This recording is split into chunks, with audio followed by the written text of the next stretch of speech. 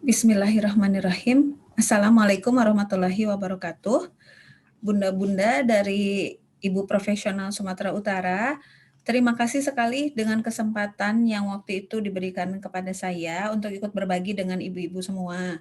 Dan seperti kita tahu, waktu itu ada beberapa pertanyaan yang belum terjawab, lalu kemudian dari pihak panitia juga sudah mengirimkan pertanyaannya kepada saya.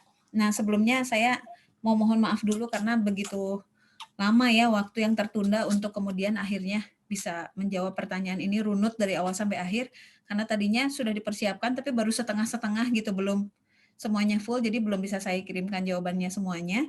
Lalu kemudian terpikirlah ya sudah direkam saja video gitu ya, untuk penjelasan saya ini supaya bisa lebih runut dari awal sampai akhir semua pertanyaan terjawab, dan mudah-mudahan dengan disampaikan melalui video jadi lebih jelas juga gitu ya penyampaiannya, dan bisa lebih dipahami oleh bunda-bunda dari Ibu Profesional Sumatera Utara.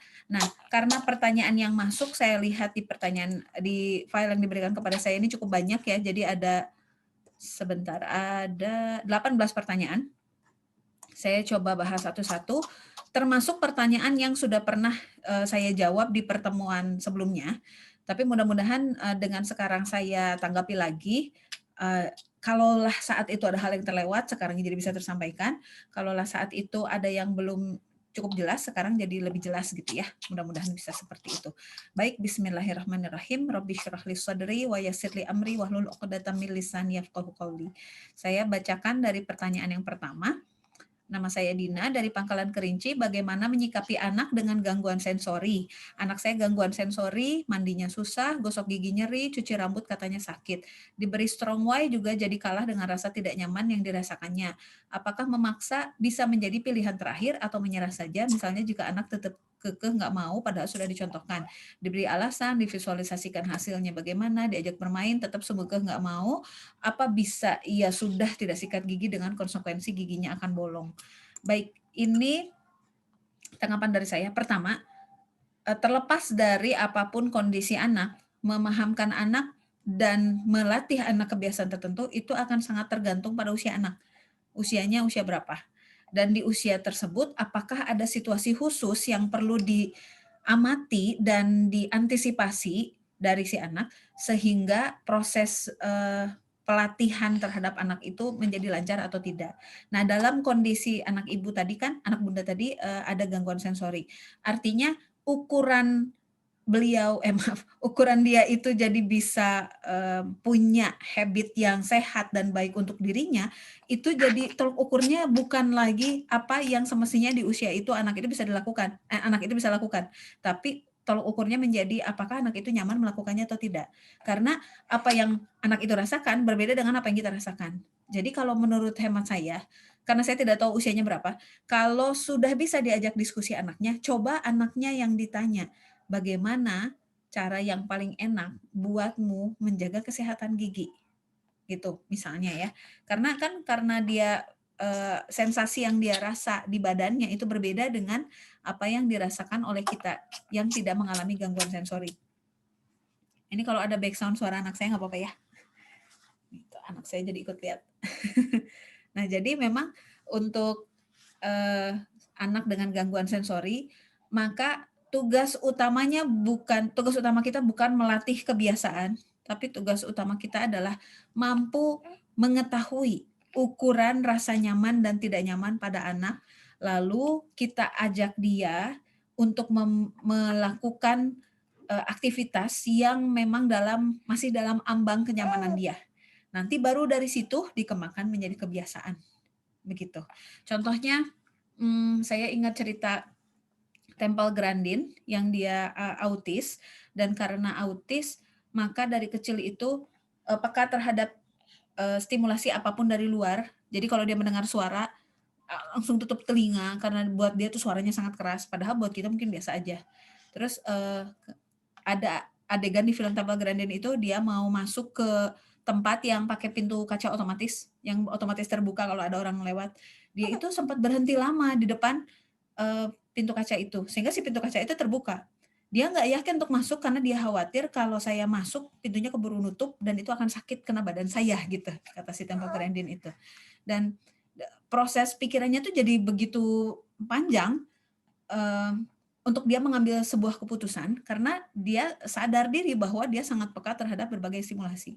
Yang saya ambil dari film itu adalah ternyata orang dengan kondisi tertentu yang khusus dan berbeda dari kondisi orang pada umumnya, itu pun sebenarnya punya kemampuan untuk menakar kemampuan dirinya, untuk menakar apa yang nyaman untuk dirinya, apa yang pas untuk dibiasakan bagi dirinya. Sehingga ketika Temple Grandin itu memutuskan, saya bisa merasa nyaman dengan sentuhan, tapi atas keinginan saya sendiri, dan dengan tingkat sentuhan yang saya rancang sendiri. Akhirnya untuk dia itu merasa nyaman, ternyata dia butuh dipeluk. Tapi kalau dia dipeluk sama orang, itu rasanya seperti dicengkeram. Akhirnya dia membuat papan yang bisa dia atur.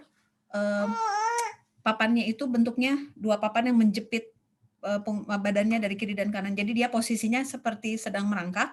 Terus si papan itu ada di kiri dan di kanannya. Terus dia tarik tali, nanti papannya akan berdempet gitu ya. Nah, karena dia bisa mengatur itu, maka ketika tidak nyaman ditinggal dia longgarkan. Kalau dia masih ingin merasa mendapat pelukan, dia ketatkan lagi dempetan dari 2 papan tadi. Artinya, Temple Grandin itu sudah sampai pada tahap saya menerima bahwa saya berbeda dari orang lain, sehingga kebutuhan saya berbeda dari yang lain. Saya tahu apa yang saya butuhkan, dan saya mengerti kalau orang lain tidak bisa memahami kebutuhan saya. Maka saya menciptakan benda yang itu orang lain tidak butuhkan, tapi saya membutuhkannya. Nah, jadi untuk anak-anak dengan situasi khusus, yang kita perlukan adalah mengajak dia, membantu dia mengenali tolok ukur dia sendiri, ukuran kenyamanan dia sendiri, apa yang dia butuhkan. Lalu dari situ sekeluarga bekerja sama untuk membantu menciptakan itu gitu. Tidak kemudian menarik anak tersebut gimana caranya bisa mengikut dengan standar pada umumnya. Karena pada dasarnya ya, tidak ada standar yang benar-benar baku untuk mengatakan, oh seorang anak tuh harus sudah bisa begini, harus sudah terbiasa melakukan ini. Sebenarnya tidak ada standar yang benar-benar baku. Karena setiap anak itu khusus dan setiap anak itu khas. Terlebih lagi pada anak-anak dengan kondisi yang khusus, maka situasinya menjadi lebih spesifik lagi begitu. Jadi kalau menurut hemat saya bukan melatihkan kebiasaan dulu yang diperlukan, tapi membantu anak mengenali ukuran kenyamanan pada dirinya dan kemudian mengembangkan cara-cara memfasilitasi dia supaya nyaman. Jadi bisa jadi cara gosok giginya beda, cara mandinya beda, bukan cara gosok gigi, cara memastikan gigi bersih itu bisa jadi caranya beda. Cara dia memastikan badannya bersih bisa jadi caranya beda. Kalau pada anak itu ternyata dia merasa nyaman mandinya 3 hari sekali, so why not? Kalau memang itulah ukuran kenyamanan dia gitu kan. Karena namanya situasinya, kondisinya khusus.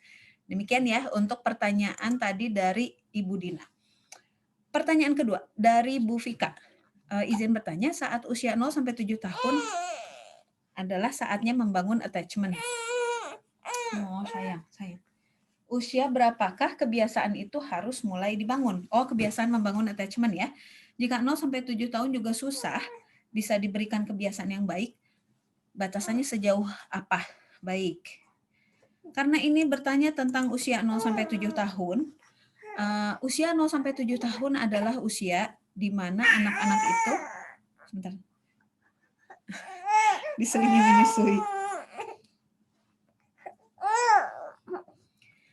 Kalau usia 0 sampai 7 tahun seperti bunda-bunda juga lihat sendiri ya.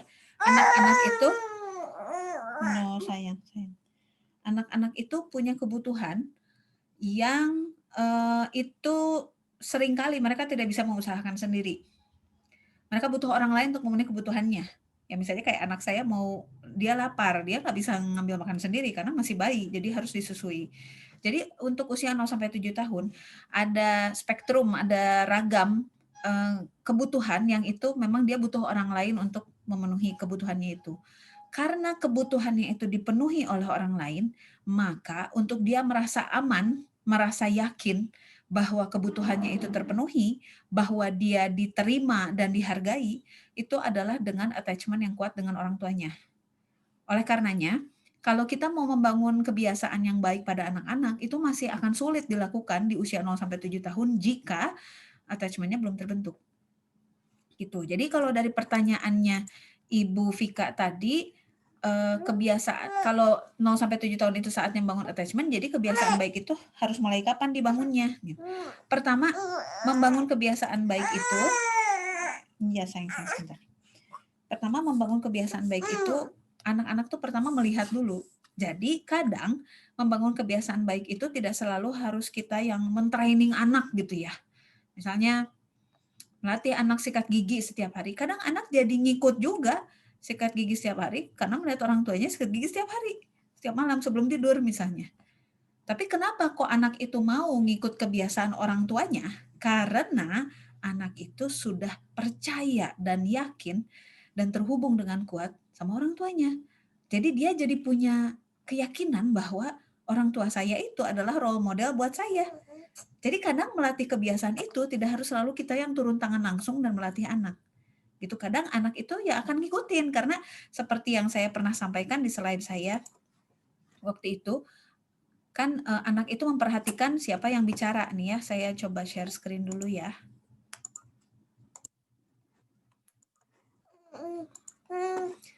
Ini yang ini. Jadi anak itu akan memperhatikan siapa yang bicara. Nah, yang ini. Melatih anak itu akan berhasil. Oh, sayang. Melatih anak itu akan berhasil hanya kalau yang melatihnya itu adalah iya, sayang. Yang melatihnya ini adalah orang tua yang terpercaya. Artinya orang tuanya sendiri memposisikan diri sebagai orang yang layak dipercaya. Terus anaknya juga memang merasa percaya sama orang tuanya. Dan karena telah terbangun hubungan saling percaya, maka akan ada kedekatan. Sehingga anak itu secara alami pasti ingin meniru orang yang dia percaya dan orang yang dekat gitu. Karena melatih kebiasaan itu datangnya kan dari meniru. Jadi orang tua bisa melatihkan kebiasaan kalau 0 sampai 7 tahunnya terbangun attachment. Jadi membangun attachment dan melatih kebiasaan sebenarnya itu bukan dua hal terpisah gitu. Enggak juga. Yang jelas kalau mau melatih kebiasaan enggak akan mungkin kalau anaknya belum dekat sama kita, belum melekat sama kita. Jadi coba bayangkan gini, misalnya Bunda punya anak. Ini mohon maaf kalau ini terdengar agak to the point gitu ya. Misalnya Bunda punya anak, tapi Bunda tidak pernah menyusui anak tersebut. Misalnya ya, di usia 3 tahun, Bunda ingin melatih dia kebiasaan gosok gigi. Akan sulit. Kenapa? Karena di usia 0 sampai 3 tahun, ketika dia lapar, yang hadir itu bukan Bunda sendiri menyusui dia gitu. Jadi ada sesuatu yang miss di situ karena attachment dan kelekatannya tidak terbangun gitu. Dengan situasi bahwa attachment dan kelekatan itu tidak terbangun, maka di usia 3 tahun ketika Bunda datang sebagai ini saya ibumu, saya ingin mengajarkan tentang cara gosok gigi. Dia akan mengukur dulu, kenapa saya harus percaya, kenapa saya harus mengikuti, kenapa saya harus meneladani persis seperti contoh yang diberikan oleh ibu saya. Nah, why-nya itu bukan karena sikat giginya penting, bukan karena gosok giginya penting, bukan. Why-nya itu karena ibu saya yang sangat saya sayangi, yang selalu memenuhi kebutuhan saya, yang selalu hadir untuk saya, yang memang terhubung dan lekat dengan saya, itu meminta saya gosok gigi. Jadi anak tuh akan melihat dulu siapa yang bicara gitu. Begitu ya. Jadi membangun attachment dan melatih kebiasaan baik itu bisa berjalan seiring, namun perhatikan hal-hal yang memang penting untuk membangun kelekatan tadi. Jadi itu bukan dua jadwal terpisah. Hanya yang pasti kalau mau melatih kebiasaan, cek dulu apakah anak-anak itu memang sudah terbangun hubungan kelekatannya dengan sangat baik dengan Bunda atau masih harus dibangun lagi gitu ya. Oke. Jika 0 sampai 7 tahun juga susah diberikan kebiasaan baik, batasannya sejauh apa? Baik. Kalau anak-anak 0 sampai 7 tahun masih susah dibangun kebiasaan baik, tidak semua anak usia 7 tahun itu sudah punya kebiasaan yang baik. Dan itu nggak apa-apa. Kenapa? Karena anak 7 tahun barulah dikatakan sebagai usia mumayyiz. Mumayyiz artinya usia di mana dia sudah bisa membedakan yang baik dan buruk, tapi baru dalam tahap mau menyimak instruksi dan aturan. Jadi kalau anak usia 5 tahun gitu kan kadang misalnya kita kasih tahu nggak boleh makan permen, aku nggak boleh gitu ya. Tapi kalau anak 7 tahun udah bisa mikir, iya ya nggak boleh ya makan permen. Dia sudah mulai bisa memikirkan ada sebab akibat, terus sehingga dia mengerti kenapa ada aturan seperti ini. Misalnya kita mau datang ke rumah nenek misalnya. Di rumah nenek nggak boleh ribut, karena kalau ribut nanti nenek pusing. Kalau usia 7 tahun itu sudah ngerti, oh iya saya nggak boleh ribut, soalnya nanti kalau saya ribut nanti nenek pusing. Tapi kalau anak 5 tahun, dikasih tahu nggak boleh ribut karena nanti nenek pusing, lah pasti tetap aja ribut ya, namanya anak 5 tahun. Jadi melatih kebiasaan itu pada apakah selalu bisa sukses di usia 0 sampai 7 tahun ya belum tentu, dan kalaupun belum sukses ya nggak apa-apa. Karena baru di usia 7 tahun lah anak itu di usia mumayyiz gitu. Tapi kan memang perlu diperkenalkan gitu ya. Sama seperti sholat, baru belajar di usia 7 tahun. Kenapa? Karena di usia 7 tahun itulah otak anak itu juga, ya salah satu hikmahnya, karena memang bisa dilihat otak anak itu siap untuk menerima instruksi, terus memahami prosedur, memahami sebab akibat, memahami aturan, etika, norma, hukum, itu di usia 7 tahun gitu. Jadi kalau sebelum usia 7 tahun belum belajar sholat, baru kenalan, itu juga ya kadang-kadang, kadang mau, kadang enggak, ya kan nggak apa-apa, kan belum juga waktunya belajar sholat. Sama seperti halnya belum punya kebiasaan yang baik, bukan belum punya kebiasaan baik, belum terbentuk kebiasaan yang baik sebagai ritme harian dan rutin gitu, ya nggak apa-apa. Nanti 7 tahun ke sana bisa terus ditingkatkan. Yang penting kita memperkenalkan hal tersebut, dan sebelum memperkenalkan, membangun dulu kelekatan sehingga lancar semua prosesnya. Gitu ya. Mudah-mudahan itu cukup menjawab. Berikutnya dari Bu Agustini. Bagaimana cara menjelaskan habit training ini kepada suami sehingga dapat kerjasama dengan suami dalam melatih kebiasaan anak? Ini sudah pernah ditanyakan ya waktu itu. Waktu itu saran dari saya adalah kita sebagai istri tidak mengomentari cara suami untuk berperan sebagai ayah terhadap anak-anak kita. Tapi kita sebagai istri menyuplai data yang suami butuhkan untuk mengambil keputusan dan merancang strategi untuk mendidik anak. Jadi kita nggak misalnya, Mas tuh ya Boya diingetin gitu, anak itu belum mandi jam segini gitu. Jadi kita bukan mengkritik cara suami mendidik anak, tapi kita menyuplai datanya. Misalnya, Mas, 2 hari yang lalu anak kita ini mandi jam 7 pagi. Dan di jam 7.30 itu badannya lebih segar, lebih enak ketika diajak makan pagi. Mas, tapi kemarin dia tuh baru mandi jam 9. Pas karena dia baru mandi jam 9, dia tuh nggak mau sarapan pas pagi-pagi sebelum jam 9 itu. Dan itu membuat dia makannya jadi telat. Nah, jadi kita ngasih tahu data, fakta yang terjadi, apa akibat dari fakta itu, lalu kita bertanya, kira-kira gimana ya Mas? Apakah hari ini, misalnya ini ngobrolnya subuh ya, hari ini sebaiknya kita latih dia untuk mandi jam berapa ya? Gitu. Terus sebaiknya siapa ya yang ngomong? Kalau misalnya yang mau ngomong ngingetin itu Mas, kira-kira Mas enaknya ngomongnya gimana ya? Terus nanti aku bantu dukung apa ya? Gitu. Jadi keputusannya itu tetap di tangan suami. Kita nggak ngutik-ngutik cara suami untuk menggunakan strateginya beliau. Tapi kita selalu menyuplai data sehingga suami itu ketika mengambil keputusan itu jadi lebih strategis, lebih spesifik, terus juga bisa komprehensif gitu. Begitu. Itu cara paling yang saya lihat gitu ya, ketika ada banyak pertanyaan terkait bagaimana melibatkan suami dalam proses pendidikan anak, ternyata itu cara yang paling bisa diterima oleh suami. Karena bagaimanapun juga dalam memimpin keluarga, suami itu memang butuh egonya sebagai laki-laki. Ini ego bukan dalam hal negatif ya, ego itu artinya kewibawaan dan kemampuan diri, jati dirinya dilihat sebagai seorang pribadi yang memang diakui kekuasaannya, kewenangannya, kemampuannya, kemandiriannya gitu. Nah, laki-laki itu butuh dipercaya dan dihormati seperti itu. Nah, kemudian terkait dengan pertanyaan dari Ibu Rusika. Baik.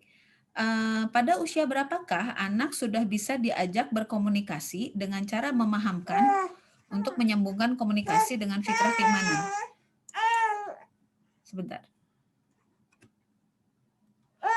Oke. Saya ulangi lagi pertanyaannya. Pada usia berapa? Oh, sebentar. Dedeknya minta diperhatikan. Pada usia berapa anak sudah bisa diajak berkomunikasi dengan cara memahamkan untuk menyambungkan komunikasi dengan fitrah keimanan? Ini pertanyaannya spesifik ke fitrah keimanan. Jadi kalau sudah spesifik pertanyaannya seperti itu, memang pertama dilihat dulu selama ini bagaimana cara komunikasinya. Misalnya, kalau sudah bicara dengan keimanan, keimanan kan berkaitan sama perasaan ya, bukan cuma sekedar pikiran. Artinya, apakah anak merasa bahagia ketika dia misalnya makan buah misalnya. Apakah dia merasa bersyukur, grateful, merasa seperti diberi hadiah ketika dia makan buah. Misalnya dia makan buah yang rambutan misalnya yang lagi musim sekarang. Ketika buahnya itu enak, terus dianya, oh ini enak banget, manis gitu ya. Lalu ketika dia sedang merasa seperti itu, kita ajak dia untuk merasa bersyukur. Iya ya, Masya Allah, Alhamdulillah rambutannya manis sekali gitu. Jadi dia akan mengasosiasikan rasa senangnya dia mendapat rambutan yang manis dengan rasa syukur bahwa Allah lah yang menciptakan rambutan yang manis itu dan Allah lah yang menghantarkan rambutan manis itu ke hadapan si anak. Dan Allah juga yang memberikan anak itu lidah yang sehat sehingga bisa merasakan rasa manisnya rambutan itu. Nah gitu maksud saya. Jadi komunikasi terkait dengan fitrah keimanan itu bukan terbatas pada usianya usia berapa, karena yang terpenting untuk dilihat adalah bagaimana cara ibu sehari-hari berkomunikasi. Keimanan pada anak 0 sampai 7 tahun itu dipantiknya dipantik tuh kayak lighter gitu ya, nyala gitu. Itu dikaitkan dengan perasaan. Jadi misalnya karena musim pandemi kita nggak bisa kemana-mana, tapi pasti ke halaman bisa kan? Ketika keluar halaman terus melihat misalnya subuh gitu ya, mau terbit matahari. Matahari mau terbit, terus langit yang tadinya gelap lama-lama tuh mulai terang, terus ada semburat warna oranye. Terus kita bilang ke anak, lihat nak, Masya Allah itu langit indah sekali ya. Dan ajak anak untuk terpukau, terpesona, gembira dengan keindahan di langit itu dan merasa amazed gitu, merasa terpesona. Dan kita mengatakan, oh iya ya, Masya Allah luar biasa Allah menciptakan matahari dan mengizinkan matahari terbit pagi ini gitu ya. Nah ketika seperti itu, perasaan mereka dikenali oleh kita, lalu kita ajak mereka untuk merenungi siapa yang berada di balik kebahagiaan kita saat itu. Nah disitulah fitrah keimanan jadi nyambung gitu. Dan itu bisa dari usia berapa ya, bisa dari usia berapapun. Bahkan di usia bayi seperti ini pun kan kita bisa ajak ngobrol ya. Misalnya ini namanya Dede Asih. Dede Asih, Dede Asihnya sehat, alhamdulillah. Allah baik ya ngasih kesehatan ke Dede Asih, ngasih pipi bulat ke Dede Asih. Kayak gitu itu sudah bisa. Memang bayinya paham. Ya, ya. Kalau kita membentuk attachment-nya dari rasa yakin bahwa kita itu terhubung dengan anak itu, maka anak pun akan merasakan rasa yakin pada orang tuanya bahwa ibuku tuh berusaha berkomunikasi denganku gitu. Jadi kita ngukurnya bukan dari apakah anak paham atau tidak, just speak it up gitu. Jadi ya sampaikan saja, nanti lama-lama anak itu juga akan paham gitu. Begitu. Karena fitrah keimanan itu ngukurnya bukan dari ibadah ritual yang bisa kita lihat, tapi ngukurnya dari apa yang anak itu lakukan, pikirkan, dan rasakan ketika dia sedang sendiri. Disitulah kita bisa benar-benar melihat apakah anak itu fitrah keimanannya tumbuh subur atau masih harus kita antik dan bangkitkan lagi. Begitu kira-kira ya. Jadi bisa mulai kapanpun dan tidak ada batasan usia yang baku, bahkan itu sudah bisa mulai dikomunikasikan dari kecil. Sehingga sebenarnya ya ini garis boldnya gitu ya, underline-nya lah ya, yang perlu digarisbawahi adalah anak-anak akan tumbuh fitrah keimanannya dengan baik jika dia menyaksikan orang tuanya setiap hari bersyukur. Mensyukuri makanan yang ada, mensyukuri badan yang sehat, mensyukuri tetangga yang baik, mensyukuri udara yang bersih, mensyukuri rumah yang tenang, yang rapi, mensyukuri ayah yang masih bisa bekerja, mensyukuri ya semuanya. Kalau itu terekspresikan setiap hari dalam rasa syukur orang tua, anak itu akan melihat dan itu menumbuhkan fitrah keimanannya. Jadi ketika makanan ibu selesai memasak, terus Masya Allah, Alhamdulillah ya kita masih bisa makan ayam gorengnya ini enak sekali gitu. Kita bisa makan ngumpul semua di sini. Ya di mana keluarga lain ada yang keluarganya atau orang tuanya itu sedang dirawat di rumah sakit karena COVID dan lain sebagainya gitu. Jadi ketika anak menyaksikan orang tuanya bersyukur, maka di situ juga anak itu bisa tumbuh fitrah keimanannya dengan lebih sehat. Demikian ya. Itu tadi pertanyaan Ibu Rusika. Sekarang pertanyaan nomor 5 ini anonim. Bagaimana yang single parent cari sosok di keluarga besar?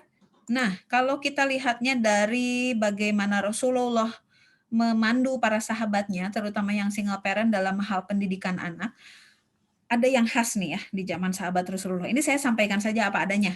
Ini terlepas dari bagaimana budaya di Indonesia, tapi saya sampaikan dulu bagaimana cara Rasulullah dulu menyelamatkan keluarga.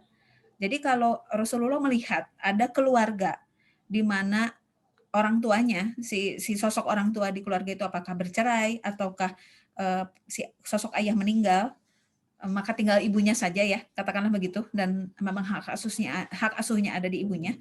Maka yang pertama kali Rasulullah lakukan adalah mencarikan suami untuk ibu tersebut, untuk janda tersebut.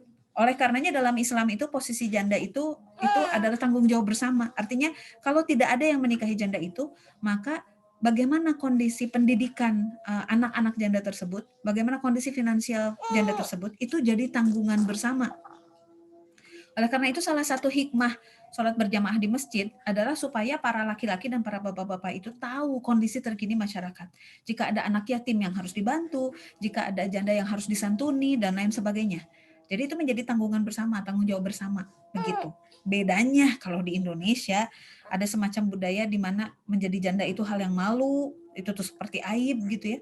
Terus bahwa kalau jadi janda itu ya kebutuhan anak-anaknya ya tanggung aja sendiri gitu. Padahal semestinya tidak begitu. Kalau dalam Islam mencontohkan, bahkan Rasulullah itu membantu dengan mencarikan suami bagi janda tersebut.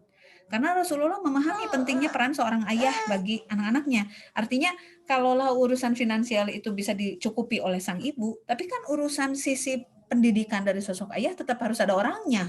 Itu tidak bisa digantikan oleh si ibu gitu.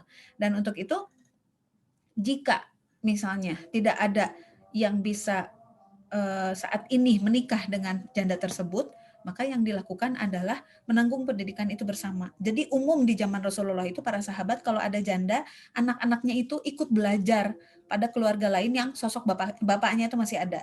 Jadi sangat umum ibu-ibu yang janda, lalu si anaknya ini dibawa untuk ikut kajian kah, atau ikut bermain di keluarganya. Siapa yang di situ masih ada sosok ayahnya.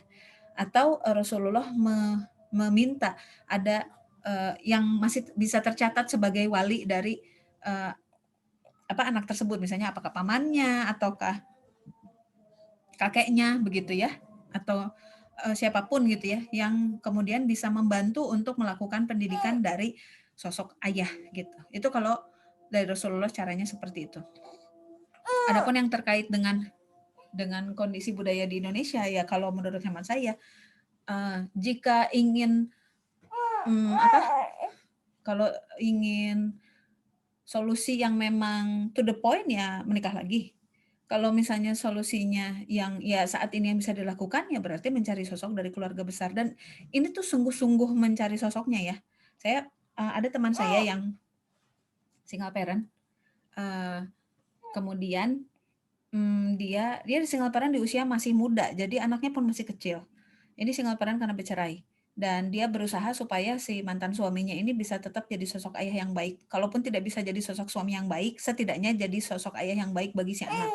Dan dia sungguh-sungguh mengusahakan itu. Artinya memberikan informasi dan sehingga si anak ini punya persepsi yang baik terhadap ayahnya, gitu ya. Sayang. Terus abis itu rutin bertemu dengan si ayahnya, si anak ini dirutinkan bertemu dengan ayahnya. Lalu kemudian si ibunya ini sendiri juga aktif ikut kajian parenting atau komunitas parenting.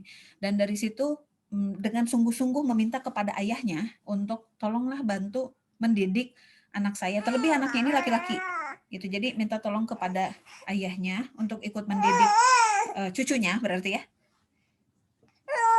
Jadi maksud saya itu meminta tolong pada ayahnya si ibu gitu ya, meminta tolong pada kakeknya untuk mendidik cucunya.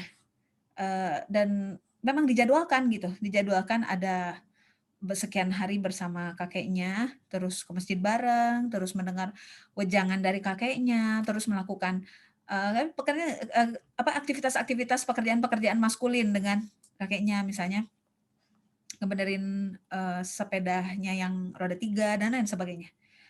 Qadarullah setelah itu, setelah bertahun-tahun berjalan gitu ya, dia sendiri memang tidak menutup kemungkinan untuk kemudian menikah lagi gitu ya. Karena seiring dianya juga banyak memperbaiki diri, keluarganya pun demikian, dan dia jadi belajar hal-hal yang cara-cara yang baru untuk kemudian mendidik anak-anak dan juga membangun relasi dalam rumah tangga yang lebih sehat. tahun lalu kalau nggak salah ya, sebelum pandemi, dia menikah lagi, alhamdulillah.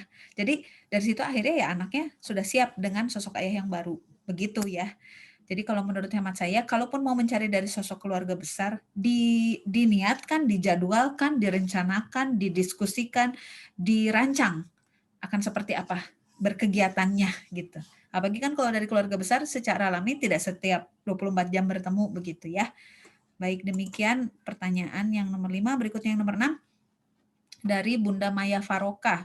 Di 7 tahun pertama ini anak-anak saya mengenal namanya pesta bintang, reward dan punishment. Sampai usia berapa ya kira-kira menempelkan bintang ini bisa efektif, dan adakah tips lain atau tools lain untuk membentuk habit pada anak-anak? Baik, kalau saya meyakini habit itu terbentuk karena anak itu merasa butuh. Misalnya begini, kalau anak 7 tahun ke atas lagi belajar tentang sholat, mungkin mereka belum benar-benar paham bahwa saya butuh sholat. Pikirannya dan perasaannya mungkin belum sampai ke sana. Tapi kalau sudah usia balik misalnya ya, dia harus sudah sampai di tahap itu bahwa ternyata saya butuh itu. Jadi kalau usia 0 sampai 7 belum paham kenapa saya butuh sholat, wajar.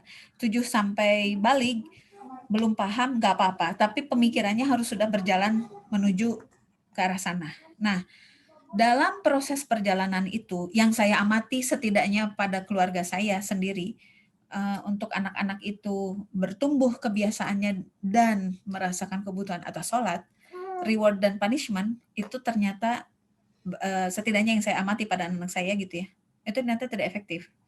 Ya saya perlu sampaikan apa adanya. Kenapa tidak efektif? Karena begini, ternyata dalam persepsi anak, ini dalam persepsi anak ya, bukan dalam persepsi orang tua. Dalam persepsi anak yang saya amati, menggunakan metode reward and punishment itu membuat aktivitas tersebut menjadi bersifat transaksional. Saya melakukan itu, saya tahu saya akan dapat bintang. Saya tidak melakukan itu, saya tahu saya tidak akan dapat bintang. Kalau saya dapat bintang banyak, maka itu terasosiasikan atau teranalogikan dengan sebuah prestasi tertentu. Bisa berupa hadiah kah, bisa berupa pujian atau apapun. Kadang niat kita di awal memberi bintang itu sebagai bentuk apresiasi karena kita merasa bersyukur, berterima kasih pada anak mau melakukan hal-hal yang baik, begitu ya. Jadi niat awalnya kita tuh baik sebenarnya. Kita bukan mengiming-imingi, kita bukan apa ya, menyuap gitu, bukan. Kita bukan ke arah sana. Kita tuh ingin mengapresiasi bentuk-bentuk kebaikan dia. Lalu kita memberi bintang. Tapi karena polanya berulang, anak-anak akan melihat bentuk sebab akibatnya. Oh, saya dapat bintang karena sebelumnya saya melakukan hal yang menurut Bunda itu baik. Jadi kalau saya semakin sering melakukan itu, maka saya nanti akan dapat bintang lebih banyak gitu. Maka aktivitas tersebut menjadi menyempit maknanya bagi si anak, menjadi kegiatan-kegiatan transaksional. Jika pola itu berulang pada usia tertentu, lebih lagi di usia 7 sampai balik, di mana memang belum tentang why-nya tapi tentang how-nya, maka dalam dirinya itu yang terbentuk itu adalah pikiran saya melakukan sesuatu hanya jika sesuatu itu ada gunanya buat saya. Jadi di usia 7 sampai balik, di mana anak-anak itu memang sudah akan lebih sering bertemu dengan latihan kebiasaan baik, sudah mulai ada pemikiran misalnya, saya bantu beresin rumah. Kenapa? Karena nanti saya dapat bintang. Saya bukan bantu beresin rumah karena memang rumah ini adalah bagian dari tanggung jawab saya. Ini bukan bentuk kasih sayang dan bakti saya kepada orang tua saya gitu. Jadi ini jadi bergeser makna aktivitas itu dari yang asalnya punya makna yang mendalam dan penting karena ada why-nya yang sangat penting, menjadi bergeser ke hal sedangkal, sesuatu yang transaksional. Saya bertemu dengan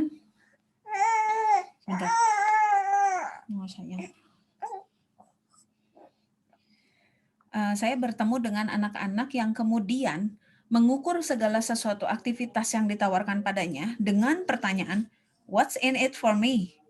Apa untungnya buat saya kalau saya melakukan ini? Jadi tidak ada dorongan pada dirinya untuk voluntary gitu, untuk melakukan sesuatu kebaikan secara sukarela, tanpa ada reward apapun, tanpa ada pamrih apapun gitu. Ini membuat kita menjadi sulit untuk melatih keikhlasan pada anak-anak. Ikhlas itu kan bukan berarti tanpa pamrih ya. Ikhlas itu artinya menyandarkan pamrih hanya kepada Allah. Allah itu kan sesuatu yang abstrak. Bukan sesuatu yang bisa senyata tanda bintang dalam lembar reward-nya mereka gitu. Jadi ketika kita mengajak mereka sholat itu harus ikhlas demi kita melakukan sholat itu karena Allah dan lain sebagainya. Dan itu tidak ditandai sebagai bintang, sementara si anak itu sudah sangat terbiasa segala sesuatu aktivitas kebaikan ditandai dengan bintang, maka jadi nggak nyambung antara kita bicara tentang faktor keimanan, dan keimananlah yang mendorong dia berbuat kebaikan, dengan checklist kebaikan-kebaikan yang itu setara dengan nilai-nilai bintang tertentu gitu. Dan karena saya melihat efeknya pada anak-anak ternyata kok malah jadi kontraproduktif ya, malah jadi hitung-hitungan ya gitu. Maka kalau saya pribadi memang tidak menggunakan bintang lagi gitu. Itu yang tentang reward. Terus yang punishment. Pada dasarnya yang punya hak dan kekuasaan untuk memberi hukuman itu adalah Allah. Yang menarik adalah Allah itu bukan memberi reward dan punishment. Reward itu kan hadiah ya, artinya kan ya. Reward itu hadiah, penghargaan,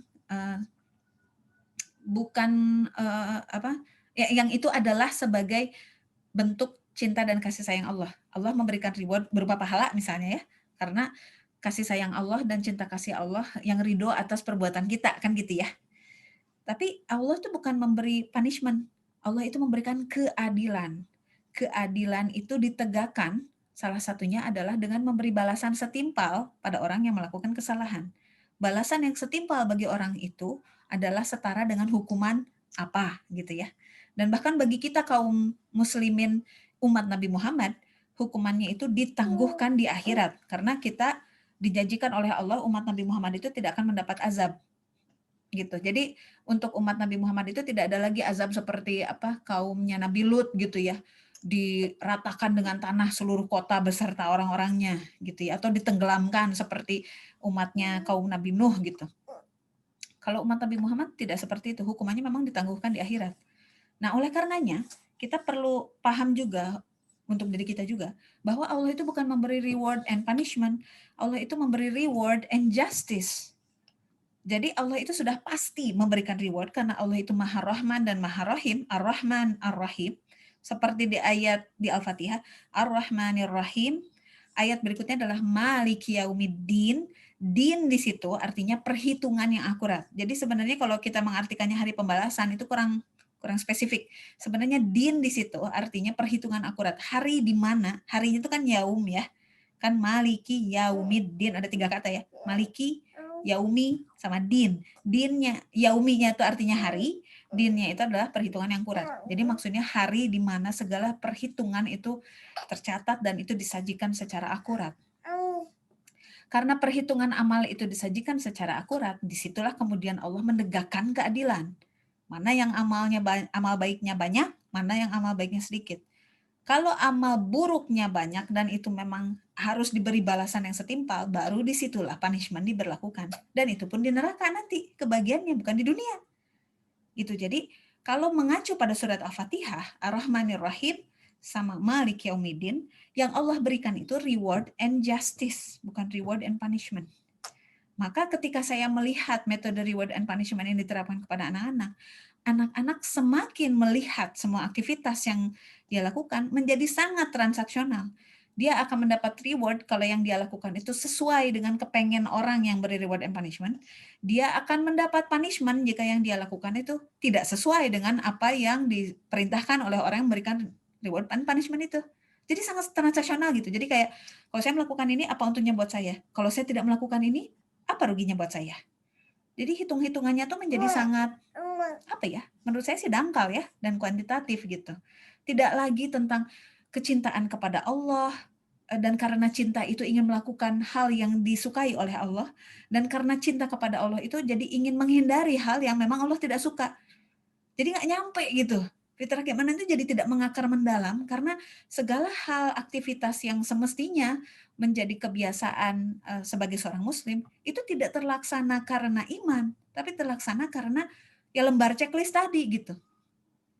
Begitu. Jadi saya pribadi tidak merekomendasikan metode bintang-bintang begitu karena dan reward and punishment gitu, karena bahkan Allah pun sebenarnya tidak mengajarkan kita, tidak mengajarkan manusia itu, tidak menyuruh nabi-nabi untuk mendakwahkan Islam dengan cara seperti itu. Begitu. Nabi-nabi ini kan pembawa pesan ya, messenger, kita tahu ya. Nabi dalam bahasa Inggris itu kan messenger. Messenger kan itu artinya pembawa pesan. Memang kan pembawa risalah. Nabi ini membawa pesan dari Allah untuk mengatakan, ini loh petunjuk jalan yang benar. Dan jika kau mengingkari, maka kau akan tersesat. Kan gitu ya. Jadi yang diberi itu adalah, kalau kita lihat di Al-Quran, itu kabar gembira dan peringatan. Kabar gembira bagi orang-orang yang mengikuti jalan Allah, peringatan bagi orang-orang yang tidak mengikuti jalan Allah. Yang memberi punishment bukan Nabi. Ketika azab terjadi, itu bukan Nabi gitu. Yang memberikan azab itu Allah. Jadi saya pribadi ya memahami yang kalaupun ada yang memberi punishment, itu Allah yang memberi punishment, bukan kita yang memberi punishment. Kita mengenalkan pada anak bahwa Allah itu maha adil loh, dan dalam keadilan Allah itu, Allah akan membalas hal-hal yang melanggar syar'i. Kadang-kadang kalau kita pakai konsep reward and punishment, kita jadi memberikan punishment kepada anak yang mana belum tentu itu perlu dan belum tentu itu benar. Terus kita memberikan punishment pada hal-hal yang tidak berkaitan sama syar'i. Misalnya, kita membuat kesepakatan, nak kamu cuci piring ya, misalnya anaknya udah 8 tahun misalnya, kamu cuci piring ya, ternyata hari ini nggak cuci piring, lalu dia diberi punishment. Terus kita berkata, ini untuk membangun kebiasaan baik, begitu. Kok jadi terlalu lompat gitu, terlalu jauh, kebiasaan baiknya belum terbentuk karena belum terbentuk perasaan terhubung yang mendalam kepada keluarga ini, sehingga memahami kebutuhan keluarga ini, dan dia jadi tahu bentuk kontribusi yang bisa dia berikan adalah ikut membantu cuci piring. Belum sampai ke situ, langsung sudah diberikan hukuman karena dia nggak mau ikut cuci piring. Padahal nggak cuci piring pun tidak melanggar syar'i. Ya kan? Kenapa kita memberikan sesuatu punishment atas sesuatu yang tidak melanggar syar'i? Kan kita jadi kebablasan gitu. Maka dalam konsep pikiran anak, nanti jadi nggak jelas yang mana sih yang diberi punishment gitu. Kalau dalam konsep reward dan justice yang Allah sampaikan dalam Ar-Rahmanir Rahim dan Maliki Yaumiddin, di situ punishment itu tidak disebutkan. Yang disebutkan adalah perhitungan yang akurat. Perhitungan yang akurat itu melahirkan konsekuensi berikutnya.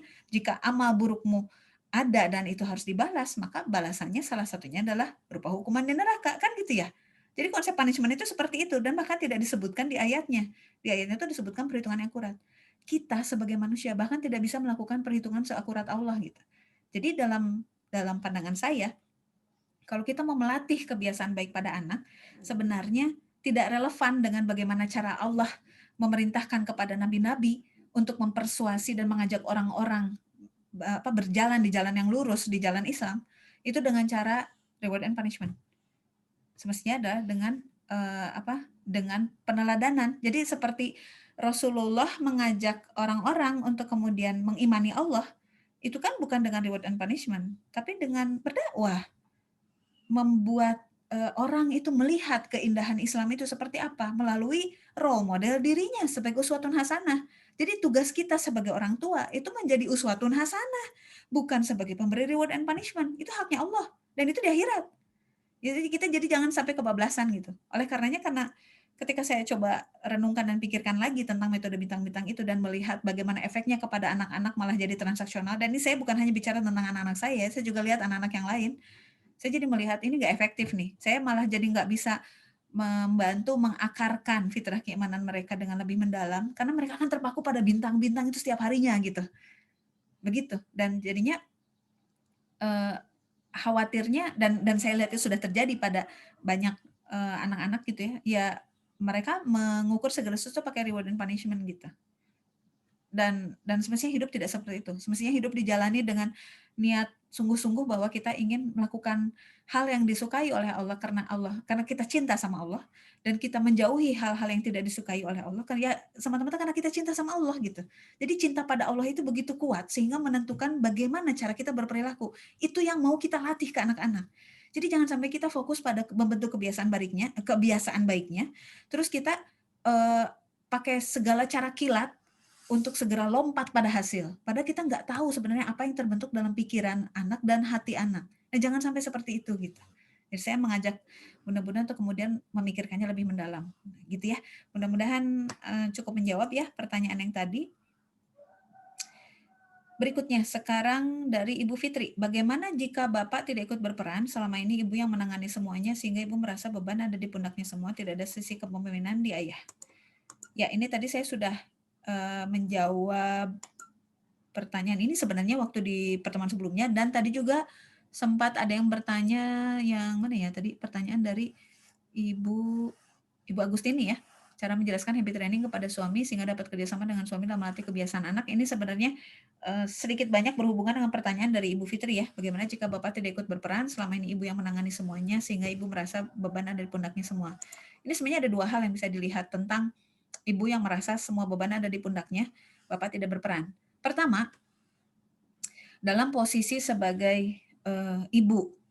Sebagai ibu sebenarnya dalam konteks agama, dalam konteks keimanan, yang paling strategis diajarkan oleh seorang ibu adalah mengajarkan akhlak, melatih akhlak. Kenapa? Karena melatih akhlak itu butuh kecerewetan. Ini serius nih. Misalnya ya, ketika anak bertemu dengan orang yang lebih tua, maka kita mengajarkan, ayo nak, salam dulu, cium tangan gitu ya.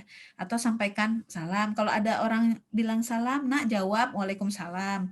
Nah, kalau masuk kalau bicara dengan orang tua, rendahkan suaranya. Nah, kalau berantem sama adik, berbaikan gitu ya, dan lain sebagainya. Jadi tentang cara-cara berperilaku. Itu butuh kecerewetan. Karena itu kan berkaitan dengan sikap dan berperilaku sehari-hari. Oleh karenanya akan selalu dibenerin lagi, dilurusin lagi, ditegur lagi, diingatkan lagi begitu ya. Itu akan selalu berjalan seperti itu. Makanya dalam konteks keimanan yang paling bisa melatih akhlak adalah ibu. Apa dong yang paling bisa dilatih oleh ayah? Akidah. Akidah. Keyakinan, kemurnian tauhid, kepastian dalam diri bahwa memang saya ini adalah hamba Allah dan Allah adalah Tuhannya saya, gitu. Itu yang bisa menanamkan akidah, menguatkan akidah itu adalah ayah. Kabar baiknya adalah sebenarnya semua bayi itu sudah terlahir dengan akidah yang kuat bahwa saya ini adalah hamba Allah. Karena kan ketika janin pun bersaksi ya kan, alastu birabbikum. Siapa Tuhanmu gitu? Ya Allah adalah Tuhanku. Jadi sebenarnya tugas ayah adalah tinggal menguatkan itu, karena pada dasarnya pada semua anak itu sudah ada bibit untuk tauhid itu. Nah, ketika ayah yang melakukan proses penguatan akidah itu, maka itu akan jadi lebih efektif. Oleh karenanya sama Allah, suami ayah itu diberikan suara yang lebih berat, pembawaan yang lebih tenang, wibawa di hadapan anak-anaknya. Seperti apapun seorang ayah itu akan punya wibawa di depan anak-anaknya. Terus kemampuan berpikir strategis, terus kata-kata yang bisa lebih mendalam maknanya. Jadi kalau satu kalimat tertentu diucapkan oleh ibu dan satu kalimat tertentu diucapkan oleh ibu dan satu kalimat tertentu diucapkan oleh ayah, itu efeknya akan lain. Gitu. Oleh karenanya memang ayah perlu berperan karena ada faktor akidah yang itu hanya ayah yang bisa menanamkannya. Paling strategis ayah yang menanamkannya.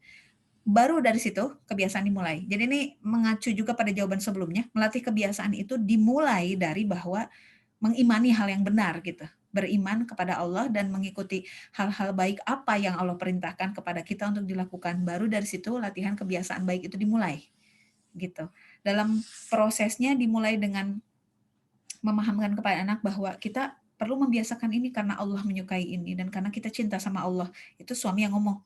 Nanti pas giliran praktek hariannya, nah ingat kata ayah minta kita sholat tepat waktu, minta kita sholat di masjid, terus bersegera kalau sudah dengar azan, terus kita makan dengan baik, dihabiskan, tidak meninggalkan remah-remah. Itu yang detail-detail kecil dan setiap hari itu ibu yang baik mengingatkan. Begitu, itu kira-kira bagi tugasnya seperti itu. Lalu bagaimana caranya supaya tidak semua beban menumpuk di ibu? Ya saran saya seperti yang tadi sebelumnya, kita menyuplai data pada suami. Suami itu sebenarnya bukan nggak mau berperan kok. Kadang-kadang nggak tahu bagaimana caranya berperan. Karena nggak pernah ada yang ngajarin bagaimana menjadi ayah. Ya nggak? Bedanya dengan ibu-ibu adalah karena ibu-ibu itu berhadapan langsung dengan anak. Ya namanya juga anak dilahirkan dari ibunya ya. Secara alami itu merasa bertanggung jawab untuk memastikan anak itu tumbuh dengan baik. Dan benar dan sesuai yang semestinya gitu ya. Kayak milestone perkembangan, oh dia sudah memenuhi milestone perkembangan ini, ada tuntas motorik di sini dan lain sebagainya. Tapi pada ayah tidak ada insting yang secara alami terjadi seperti itu. Oleh karenanya memang pada mamalia yang mengasuh itu kan kebanyakan betina ya, gitu karena betina lah yang punya insting alami untuk mengukur ini kondisi si anak bagaimana. Sedangkan laki-laki itu tidak begitu. Jadi pada laki-laki yang dibutuhkan adalah data yang bisa membantu dia membuat keputusan dengan cepat dan strategis dan sehingga dia tahu apa yang harus disampaikan pada anak-anak. Jadi kadang suami itu tidak berperan bukan karena tidak mau, tapi karena tidak tahu bagaimana caranya, tidak ada suplai data yang tepat, dan tidak diberi kepercayaan dan panggung dan spotlight, sehingga anak-anak tuh menyimak sepenuhnya seluruh kewibawaan ayah ketika menyampaikan pesan yang memang semestinya seorang ayah lah yang sampaikan. Begitu kira-kira ya, mudah-mudahan cukup menjawab. Nomor 8 dari Bu Eka. Kalau satu keluarga tidak solid, beda pemikiran antara ayah dan ibu, ayah tidak bisa tegas, gak tegaan, malah anak gampang nego dengan ayahnya, tinggal ngambek, nangis sedikit, apa yang dimau dapat. Jadi pada dasarnya bukan posisi ibu untuk menjadi tegas. Karena dalam persepsi anak, ibu adalah sumber kehangatan, kasih sayang, aku boleh manja-manja sama ibu. Jadi kalau ibu mau tegas, anak tuh kayak, apa sih bunda gitu. Tapi kalau ayah yang tegas, karena sehari-hari melihat ayahlah yang bekerja, ayah itu maskulin, ayah itu yang bertanggung jawab, ayah itu yang memimpin. Jadi ketika ayahnya bilang, harus begini ya nak, gitu ya, itu anak itu bisa langsung ikut. Kenapa? Karena sosok pemimpin itu dalam persepsi anak, itu adanya di ayah, bukan di ibu. Jadi ayah itu sebenarnya bukan harus keras kok, nggak harus keras. Bahkan untuk anak itu bisa ngikut dengan arahan, itu tidak selalu ayah itu harus tegas atau galak, enggak kok. Ayah itu kadang ada ya, ayah-ayah tertentu yang perasaannya sensitif, lalu dia mengarahkan anaknya, itu dengan tangisan. Ada loh yang begitu. Jadi si ayah tuh misalnya mengatakan begini, nak, ayolah nak, sholat yang rajin, ke masjid, tepat waktu, ikut jamaah. Betapa ayah ini akan sangat sedih kalau kamu itu di akhir hidupmu nanti itu masuk neraka. Karena dari kecil kamu tidak mau terbiasa sholat. Terus si bapaknya ngomong sambil nangis. Itu langsung itu anaknya bisa kayak, aduh merasa bersalah gitu. Bisa begitu. Kalau seperti itu posisinya, kita tidak mempermasalahkan sensitivitas suami. Kita tidak mempermasalahkan kelembutan suami. Nggak masalah. Suami mau nggak tega juga nggak apa-apa kalau memang pembawaannya begitu. Tapi pesan yang disampaikan harus tetap sampai. Arahan-arahannya harus tetap sampai. Terserah cara suami mau seperti apa. Dan yang perlu disepakati adalah mana hal-hal yang boleh dinegosiasikan, mana yang hal yang nggak boleh dinegosiasikan. Kalau hal-hal terkait syar'i, ya jangan negosiasi dong. Kalau itu kan sudah Allah atur ya.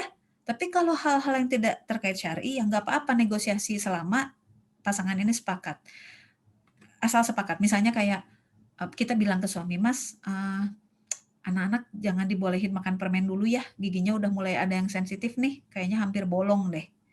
Nah, sepakati dulu, oh oke, nggak boleh ya makan permen. Sepakati gitu. Terus giliran anaknya minta, Bunda minta permen, nggak boleh, kata Bunda.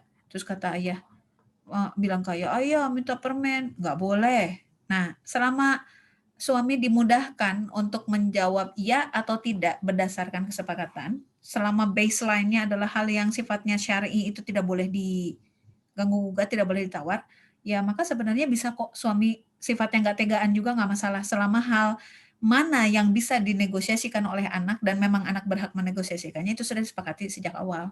Misalnya anak nggak ada masalah gigi apa-apa, terus dia minta coklat. Terus coklat bukanlah hal yang dilarang misalnya ya, karena orang tuanya masih makan. Tapi misalnya kita batasi aja yuk, seminggu sekali aja dia makan coklat. Terus misalnya anak bilang, aku tahu sih aku hari Selasa kemarin udah makan coklat, tapi ini kan hari Jumat, aku pengen lagi gitu. Kan kita udah sepakat seminggu sekali. Terus si suami kita cuma tinggal bilang, iya kan seminggu sekali. Udah suaminya cuma tinggal bilang gitu aja, nggak usah pakai tegas, lugas, galak gitu.